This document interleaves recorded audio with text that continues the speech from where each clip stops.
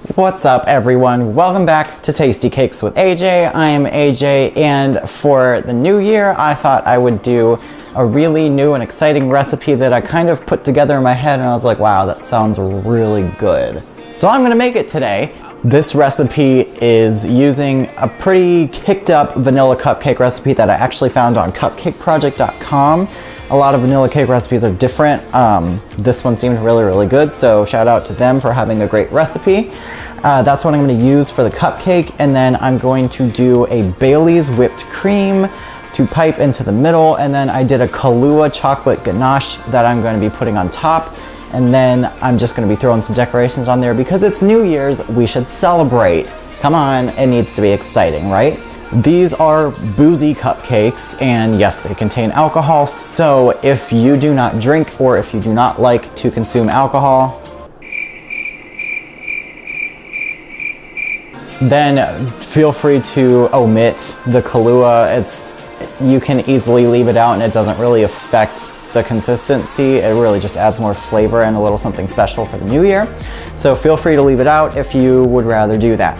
First thing we're doing for this recipe here is preheating our oven to 350 degrees. And then I have 2 dozen cupcake trays here that I've lined with adorable little liners that I thought were perfect for New Year's. And over here I have a little variety of ingredients here. In the bowl of a stand mixer, I have 1 3/4 cup of cake flour with 1.5 teaspoons of baking powder, a 1/2 teaspoon of baking soda, and a 1/2 teaspoon of salt. You need to mix this on low just until you combine the dry ingredients together. In this bowl here, I have 1 cup of granulated sugar that I've also added the seeds of 1 vanilla bean to. Yeah, vanilla bean is what adds a special little note to this cupcake.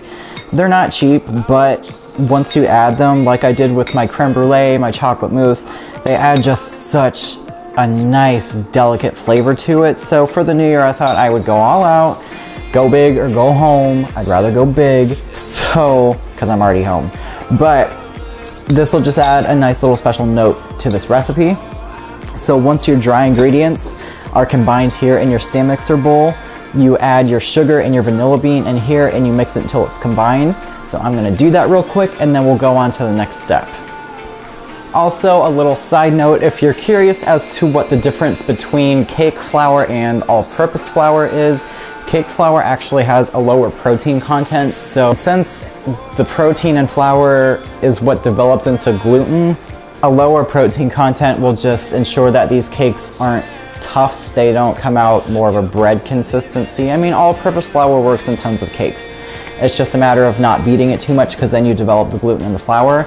For some cakes, they're more delicate and cake flour is a better way to go. So if you don't have cake flour or you can't find it, you can substitute it at home. What you need to do for that is put a cup plus 2 tablespoons of all-purpose flour in a bowl, and then add 2 tablespoons of cornstarch to that, and then you can just multiply that ratio for however much you need. That way, if you don't have cake flour, you at least can find the other 2 things and you can use it that way instead. Here we have our sugar and our dry already in the mixer, and I'm going to be adding a 1/2 stick of unsalted room temperature butter into here, and I'm going to mix that until it's broken up, and this is supposed to come out like a breadcrumb consistency, and it'll be like that until we add the wet ingredients. So I'll show you guys what that looks like. So here I have my butter and flour mixture. You can see it's like very fine breadcrumbs, so that's the way this is supposed to look. Now we get into our wet ingredients. In a large measuring cup here, I have 2 large eggs that I brought to room temperature, 1/3 cup of sour cream, 1/4 cup of either vegetable or canola oil, and a tablespoon of vanilla extract. I've just whisked them together until they're combined. And now we're gonna add the wet ingredients into the dry, mix it on medium speed for just a minute until they're combined. And then into the mixer, we're gonna be pouring 2/3 cup of whole milk in there, and then our batter will be done. Once everything is just combined in your mixer here, you just want to turn it off so that you don't overbeat anything, and then finish it off with a spatula to make sure everything from the bottom of the bowl got incorporated nicely. Your batter is going to be on the liquidy side, which is totally fine. They're going to come out great anyway. Now you want to evenly divide this batter between your cupcake liners, and as always, I'm going to be using my ice cream scoop because they're going to be the exact same. Make sure that you fill these halfway, no more, no less. You're then going to bake these for about 12 minutes until they are just done. You can either use a toothpick or a cake tester, and if it comes out clean, they're done. Also, if you lightly touch the top of a cupcake and it springs back, then it's also done. So any one of those signs and you can take them out of the oven. While these are in the oven, I'm gonna quickly go over how I did my whipped cream and my ganache. They're both things I've made in previous videos, both of which basics. This is just a regular whipped cream. I took 1 cup of heavy cream with a teaspoon of vanilla, 2 tablespoons of granulated sugar, and then to kick it up a little bit, I put in 2 tablespoons of Bailey's Irish cream. I just whipped it until it got whipped cream consistency here. Super easy, just make sure your heavy cream is cold when you start because it'll whip up a lot faster. And then for my ganache, I did equal parts cream and chocolate. This is semi-sweet chocolate. I used 6 ounces, and then I also used 3/4 of a cup of heavy cream. I did a double boiler on the stove. I just put this glass bowl over a pan of simmering water, kept it on low heat, and then I stirred it until it started to melt. Once it started to melt, I added in 2 tablespoons of Kahlua liqueur, and then I just continued to whisk it until it got really shiny and all the way melted, and it's a great texture, great consistency, so this will look really nice on top of the cupcakes. My cupcakes took about 11 minutes in the oven. They came out extremely soft, extremely light and fluffy, which is perfect. That's exactly the way I wanted them to turn out.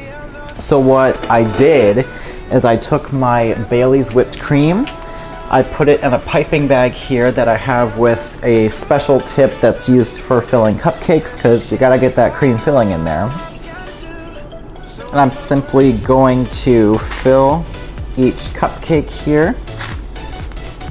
Now I'm going to take each cupcake and I'm gonna dip it in the ganache. You wanna let the ganache sit at room temperature probably for about 30 minutes until it gets really thick like this. It'll look even better and you'll get a thicker layer of it on top of your cupcake.